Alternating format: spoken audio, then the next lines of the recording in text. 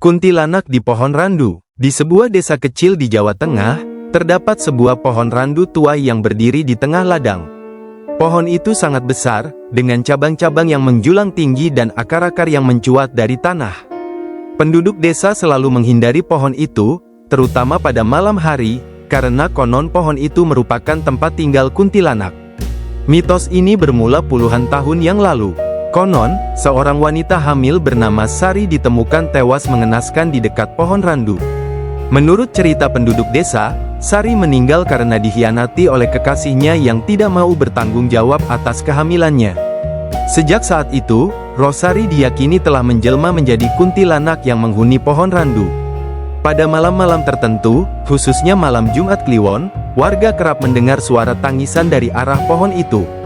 Terkadang, suara itu berubah menjadi suara tawa yang menyeramkan. Bahkan, ada yang mengaku melihat sosok wanita berambut panjang dan berpakaian putih duduk di dahan pohon randu sambil menatapnya dengan mata merah.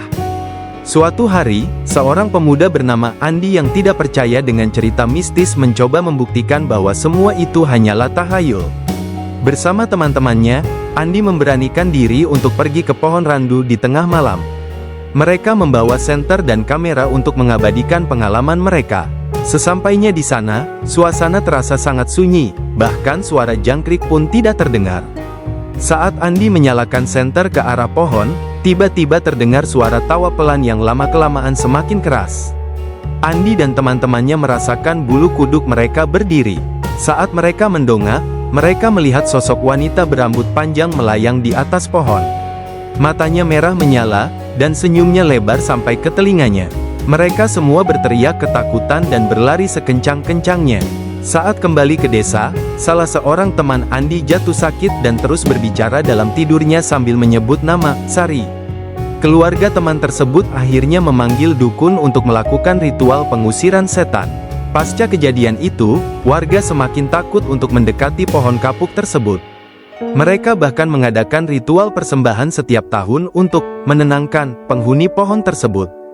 Kisah seperti ini memang seringkali menjadi pengingat akan pentingnya menjaga etika, sikap, dan perilaku, terutama di tempat-tempat yang dianggap keramat.